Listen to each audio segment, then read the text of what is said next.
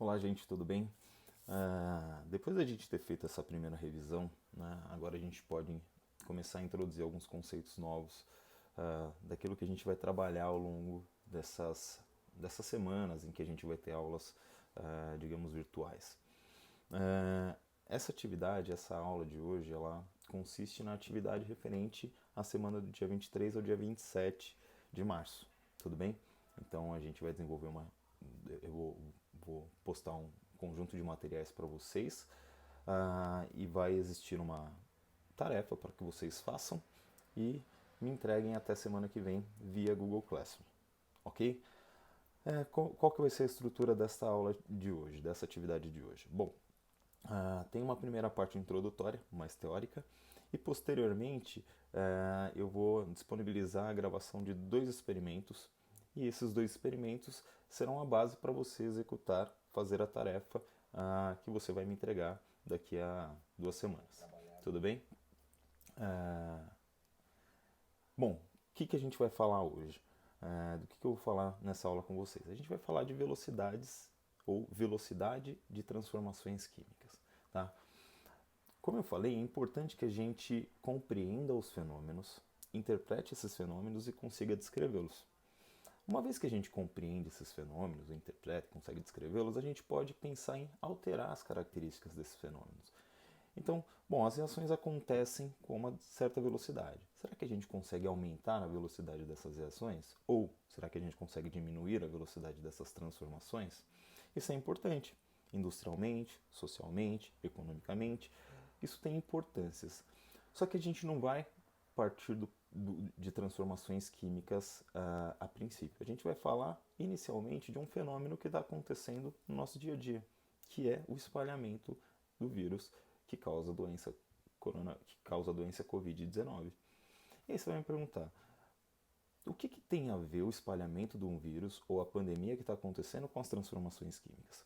Bom, eu digo para você que tem muita relação. Né? A gente vai estudar velocidade, né? Velocidade de transformações, e a gente está no momento que a gente tem que conter o espalhamento de um vírus, ou seja, a gente tem que diminuir a velocidade com que esse vírus se espalha. Então existe uma relação. Existem vários conceitos e vários aspectos que se conectam. Então é por isso que a gente vai começar entendendo esse espalhamento do vírus e por que a gente precisa ficar confinado, para depois a gente entrar no conceito de velocidade de reações químicas. Você vai ver que tem tudo a ver. Entende? Nós iremos falar sobre velocidades das transformações químicas, né? Mas antes a gente vai falar um pouquinho sobre coronavírus. De novo, o que uma coisa tem a ver com a outra, a gente vai entender ao longo dessa pequena explanação que eu vou fornecer. Vocês podem se perguntar por que a gente tem que ficar em casa nesse primeiro momento? Por que a gente está em casa nesse primeiro momento? Né? Bom, primeiro vamos entender o que é o coronavírus ou a Covid-19. Bom, a Covid-19 é a doença causada pelo coronavírus. E o coronavírus é um tipo de vírus que faz parte de uma série de outros vírus. É uma classe de vírus. Então você não tem um coronavírus, você tem vários coronavírus que causam diferentes doenças. Em 2019, a OMS identificou um novo tipo de coronavírus que causava uma doença que ainda não era registrada. E essa doença ficou conhecida como coronavírus disease 19 ou Covid-19. Tudo bem? Então, nós temos vários vírus da classe do corona. Dentre esses, um deles está causando a pandemia que a gente vive hoje, está causando a doença específica chamada Covid-19. Tá? Eu deixo aqui uma dica para vocês, nesse blogs aqui, deixa eu só colocar um apontador aqui, nesse site aqui, você tem diferentes informações a respeito de tudo que está rolando a respeito da Covid ou do coronavírus, dessa pandemia. Então acessa lá, tem textos de diferentes pesquisadores, tem textos meus, tem textos de outros pesquisadores da Unicamp, e vale a pena dar uma lida, é uma maneira de se manter informado. Tudo bem? Então, bom, o que é o coronavírus? É um tipo de vírus específico que faz parte de uma classe. Esse vírus que foi descoberto em 2019 gera uma doença chamada Covid-19, que é a qual a gente está enfrentando nesse momento. Tá? Você E aí, de novo, eu te pergunto, né? Por que que a gente está em casa? Por que que essa doença está causando tanto alarde, né? Por que que tem um cidadão aí meio estranho que fala que é só um resfriadinho e tem outras pessoas que estão mais coerentemente preocupadas com isso? Bom, você já deve ter visto esse gráfico aqui, ou estes gráficos aqui, né? Aqui, ó, se você olhar nesse eixo aqui, você tem um número de casos em função do tempo. E aqui nós temos uma linha que ilustra o quanto o nosso sistema público de saúde tem a capacidade. Então, já pensando agora um pouquinho em velocidade, né? Imagina que eu tenha uma contaminação a cada dia. Então eu tenho uma taxa de contaminação baixa. Se eu tiver 10 contaminações no mesmo dia, essa taxa aumentou, né? Então uma contaminação por dia é uma taxa de contaminação baixa, 10 contaminações por dia é uma taxa 10 vezes maior. 100 contaminações por dia é uma taxa maior ainda. Ou seja, a velocidade vai aumentando conforme eu tenho mais pessoas sendo contaminadas no menor tempo.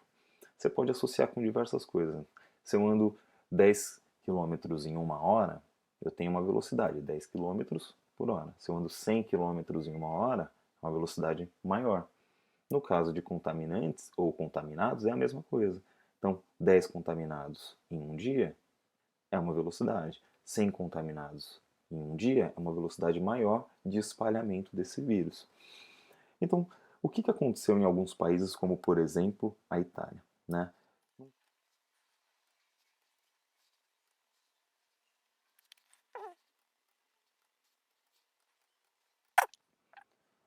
Então, o que aconteceu em países como a Itália, por exemplo? Bom, num curto espaço de tempo, um grande número de pessoas foi contaminada. Então essa curva ela subiu exponencialmente, né? Ou seja, a velocidade de espalhamento do vírus foi muito rápida, né? E qual que é o problema de se espalhar um vírus muito rápido? Afinal, esse não é um vírus tão letal assim. O problema é que, caso você seja tratado adequadamente, você tem muita chance de sobrevivência. Só que quando você espalha o vírus para muitas pessoas ao mesmo tempo, a gente passa da capacidade do nosso sistema público. Então, um conjunto de pessoas vai ser tratado adequadamente, mas um outro conjunto de pessoas não vai conseguir ter atendimento adequado. Então, a ideia de nós ficarmos em casa é que o vírus se espalhe um pouquinho mais devagar. E ao se espalhar mais devagar, a gente não ultrapassa essa curva. Se o vírus se espalhar um pouquinho mais devagar, nós teremos essa situação destacada aqui em vermelho, ou seja, nós temos num longo espaço de tempo uma quantidade menor de pessoas sendo contaminadas. E aí, a mesma quantidade de pessoas vai ser contaminada? Sim, só que espalhada.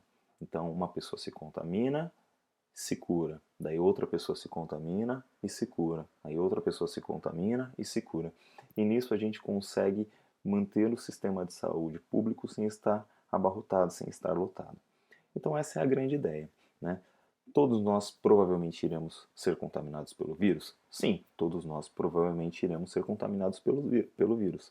Entretanto, se não formos todos ao mesmo tempo, nós conseguimos fazer com que o sistema de saúde consiga atender a todos espalhados ao longo do tempo. Imagina na cidade de São Paulo ou em uma cidade aleatória a gente tenha 1 milhão de pessoas. Se todo mundo ficar doente na mesma semana, são 1 milhão de pessoas que o sistema de saúde tem que atender em uma semana. Agora, se as pessoas forem ficando doentes ao longo de um ano, são 1 milhão de pessoas espalhadas ao longo de um ano, ou seja, uma quantidade de pessoas por semana muito menor, ok? Então, o que a gente está tentando fazer é diminuir a velocidade de espalhamento. E para diminuir a velocidade de espalhamento, a gente diminui o contato entre as pessoas, diminui a circulação das pessoas em diferentes locais. Tá ok? Então o que eu vou mostrar para vocês aqui agora São 3 simulações que foram feitas por modelos matemáticos que mostram o espalhamento quando a gente tem a livre circulação, quando a gente fica em quarentena, ou seja, aquele período de incubação do vírus, que apesar de chamar quarentena, para cada doença tem um período específico, no caso da Covid-19 são 14 dias, ou quando a gente fica privado de movimentação, tá? Ou quando a gente diminui o contato social. Então essa é a simulação quando a gente tem livre acesso a outras pessoas, né? Então, como se nada tivesse acontecido, a gente continua se movimentando livremente. Então, percebam, aqui, essas bolinhas marrons, a gente tem pessoas contaminadas entrando em contato com outras pessoas que não estavam contaminadas e transmitindo o vírus. E as bolinhas em lilás são as pessoas que vão sendo curadas, tá? Nesse gráfico não está sendo representado as pessoas que vieram a falecer, vieram a óbito. Então, de novo, vamos entender. As pessoas na cor marrom, elas estão contaminadas. As pessoas na cor meio azulado, meio cinza, não estão contaminadas. E as pessoas na cor lilás estão recuperadas do vírus. Eu gostaria que vocês prestassem atenção na velocidade de espalhamento, na taxa de espalhamento quando a gente tem a livre movimentação. Então você percebe que cada toque que se dá de uma pessoa contaminada com uma pessoa saudável é uma contaminação que acontece. Chega um momento que as pessoas começam a se curar, né? Mas percebam que existe um ápice de pessoas doentes. Essa curva aumenta bastante e rapidamente, ou seja, muitas pessoas doentes ao mesmo tempo. Bom, gente, essa outra simulação ela mostra o efeito de uma quarentena forçada. Ou seja, quando você descobre que pessoas estão doentes, você tenta manter somente as pessoas doentes em quarentena. Isso funciona? Funcionaria se conseguíssemos manter todas as pessoas doentes em quarentena. No entanto, é muito difícil fazer esse processo acontecer. Então, uma pessoa que está doente, está em quarentena, ela acaba de certa maneira tendo contato com outras pessoas e essas pessoas saem para a rua e acabam espalhando o vírus novamente. Então, vamos dar uma olhadinha na simulação. Lembrando de novo, pessoas saudáveis, esse tom azulado meio cinza, pessoas doentes em marrom e pessoas que se curaram em lilás. Então vocês vão perceber que aqui são pessoas doentes em quarentena. Só que como eu falei, é impossível manter essas pessoas doentes em quarentena, então algumas delas acabam passando para a não quarentena, para o espaço livre. E ao passarem para o espaço livre, a velocidade de espalhamento vai absurdamente rápido. Vocês vão perceber que a curva, ou seja, a velocidade de espalhamento é menor. Então, o sistema público de saúde infla menos, porque eu tenho uma menor quantidade de pessoas doentes chegando ao mesmo tempo. Mas mesmo assim ainda tem um pico, e esse pico pode ser prejudicial, dependendo da cidade, dependendo do local, da capacidade do sistema público de saúde. Então essa é uma medida eficaz?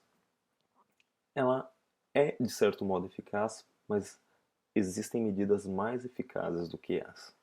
E a gente vai ver qual seria uma delas, tá? Bom, essa terceira simulação ela vai mostrar o isolamento social, ou seja, quando a gente deixa de se movimentar, né?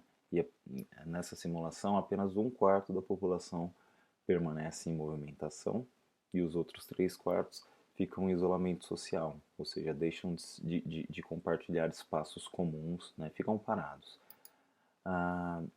Então aqui você percebe que existem bolinhas representando as pessoas paradas e uma pequena parcela se movimentando. E aí você pode notar que a quantidade de pessoas que se contamina ao longo do tempo é muito menor do que nos gráficos anteriores. Então essa é a medida que está sendo adotada nesse momento, o isolamento social, né? Ou seja, a gente manter um mínimo de contato com outras pessoas para que a gente consiga trabalhar não inflando o sistema público de saúde, né? Essa seria a ideia do combate ao coronavírus e a atitude que está sendo tomada agora no combate ao coronavírus, que já foi adotada em outros países, como o próprio epicentro, que foi a China, e deu certo. Então nós estamos adotando uma medida pautada em um resultado que foi encontrado e que foi positivo em outros países, né? Diferente do que o líder do Brasil ou o governante máximo do Brasil tem falado recentemente, tá ok?